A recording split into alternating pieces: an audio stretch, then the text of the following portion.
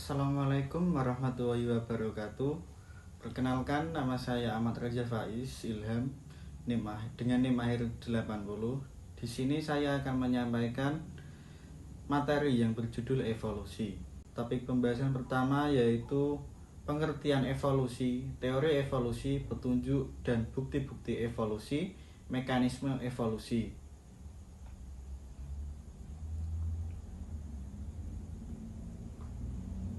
Pengertian evolusi. Evolusi adalah ilmu tentang perubahan organisme yang berangsur-angsur menuju kepada kesesuaian dengan waktu dan tempat. Evolusi merupakan perubahan frekuensi alel suatu populasi persatuan waktu. Evolusi biologi mencakup dua peristiwa, yaitu ada peristiwa evolusi anorganik, yang kedua evolusi organik. Evolusi organik merupakan evolusi mengenai asal-usul makhluk hidup yang ada di bumi berdasarkan fakta dan penalaran teoritis. Yang kedua evolusi organik, yaitu mengenai asal-usul spesies dan hubungan kekerabatannya.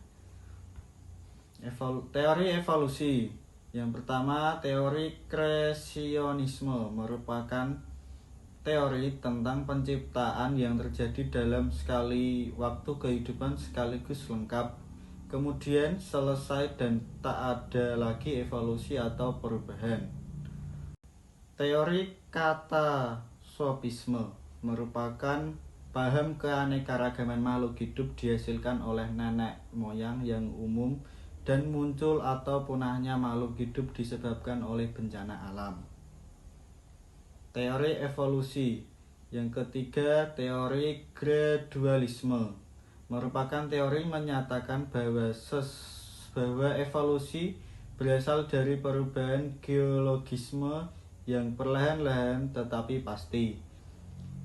Teori uniformitarianisme ini menyatakan bahwa proses-proses geologis ternyata menuruti pola yang seragam sehingga kecepatan dan pengaruhnya selalu seimbang dan dalam kurun waktu tertentu.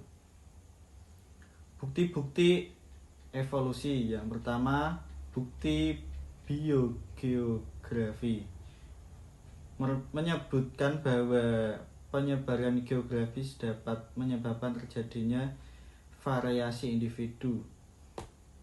Yang kedua, bukti paleontologi adalah ilmu yang mempelajari makhluk hidup purba yang biasanya dengan mempelajari fosil-fosilnya.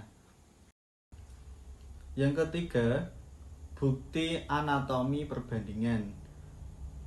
Berdasarkan anatomi perbandingan adalah bahwa semua hewan sama tersusun oleh sel dengan banyak gambaran umum. Contoh, kesamaan struktur anggota gerak bagian depan adalah kesamaan pada sayap burung dengan kelelawar, sirip ikan dengan lumba-lumba, dan kaki depan kuda. Yang keempat, bukti perbandingan embriologi.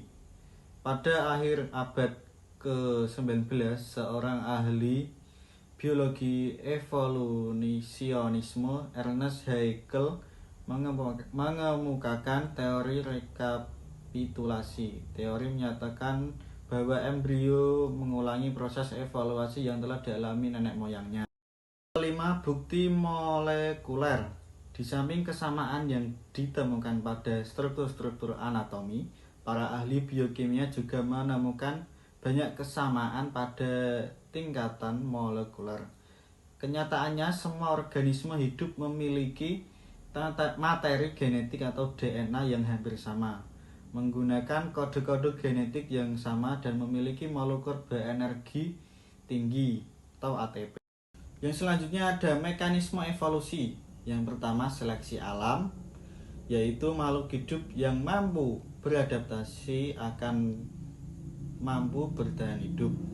Yang kedua, mutasi gen, yaitu perubahan susunan DNA dapat menimbulkan sifat baru. Yang ketiga, frekuensi gen dalam populasi, yaitu perbandingan frekuensi gen dapat mengalami perubahan. Adanya perubahan keseimbangan frekuensi gen dalam populasi menunjukkan adanya evolusi. Yang keempat, hubungan antara waktu dengan perubahan sifat organisme, yaitu selama penciptaan makhluk hidup telah terjadi proses evolusi dalam waktu yang lama. Proses tersebut menyebabkan terbentuknya spesies-spesies baru. Sekian presentasi dari saya, kurang lebihnya mohon maaf. Wassalamualaikum warahmatullahi wabarakatuh.